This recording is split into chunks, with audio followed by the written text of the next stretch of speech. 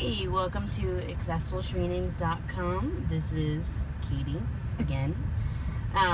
Today's lesson is about driving with hand controls. Now, I'm actually in the middle of driving. I'm at an intersection, so I can't explain everything at this exact moment.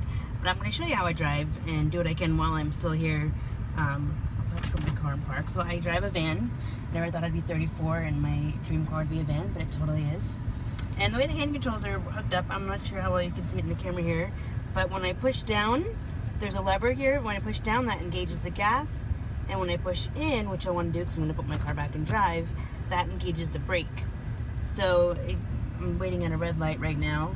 We're in San Jose. There's always traffic. There's always lights. So I'm just pushing the brake in right now to make sure that the car doesn't go because we're the first people in the intersection and there's cross traffic going. But in general, driving with hand controls, people ask me all the time, was it hard to learn? Because I initially learned to drive with extensions on my pedals, but so it was different going from driving with my feet to driving with my hands, but it isn't really that big of a deal anymore. I don't think about it. It just is a natural, fluid motion for me. The first 6 months I had my hand controls, I kept thinking, okay, the gas is down, brake is in, wait, is it the other way? And no, now I don't think about that anymore, so don't worry if you want to drive with me. I promise I'm safe. I'm a good driver. And then I have the knob here on the steering wheel, and that is to allow me to do U-turns or things like that, or make like sharp turns while holding onto the accelerator or the brake.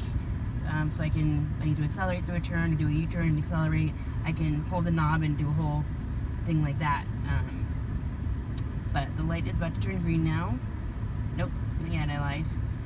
And so you'll see me release my hand off the brake. So I'm going to take pressure off of the brake, disengage the brake, and then I'm going to push down to engage the accelerator if the light ever turns green. Okay, so I let go of the brake, and now I'm pushing down to the accelerator, and if you can see, we be driving. Now it's really important when you are driving that you're supposed to keep your hands on 10 and 2, but I keep my hand on my hand controls because that is my brake and accelerator. It's going to be kind of tricky to do things like change a CD, but you can see, I don't know if you can see, like I put my thumb here just so if I'm driving straight, I'll put my thumb on the wheel to hold it. I don't know how recommended that is, according to like the federal, driving administration, or what the DMV would think of that, but that's just how I do it. It's hard sometimes if you're hungry and like you want to eat a burrito. I'm like, oh man, I'm out of hands. I could really use a third hand, but you make it work.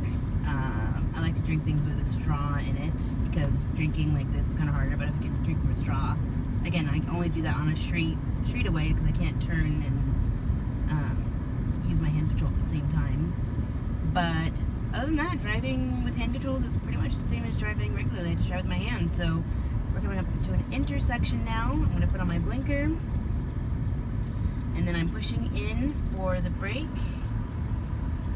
And actually, we're about to do a U-turn right here, so this will be exciting. You can see I'm grabbing the knob to get ready.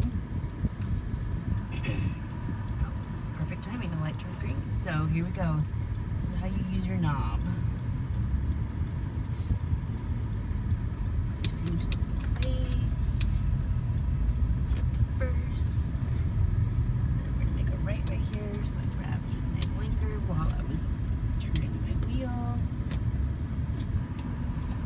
And how's the fluidity of movement? That is the fluidity of movement. And that is how it's done, people. So I'm gonna park. We're gonna go have some lunch right now. Greek food today. Good stuff. I'm just gonna pull into the spot here. When parking, people always say like, oh, you don't have to park in the handicap parking or whatever. Like, I don't need it because I need to be close to a building, but I do need the extra space to get out of my car, which will be the next video in this feature. Or it just doesn't know it yet.